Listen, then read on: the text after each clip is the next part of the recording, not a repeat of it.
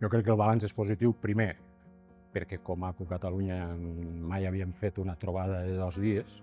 Crec que el lloc escollit ha estat bé perquè la visita cultural que vam fer el dissabte a la tarda doncs va ser molt entretinguda, molt enriquidora. Crec que les persones que van venir a impartir tallers el dissabte crec que van aportar la seva experiència i sobretot la seva qualitat humana a l'hora d'explicar-nos diferents qüestions que ens afecten. Però jo d'entrada, fer una primera trobada amb més de 50 persones, doncs considero que és positiu, no?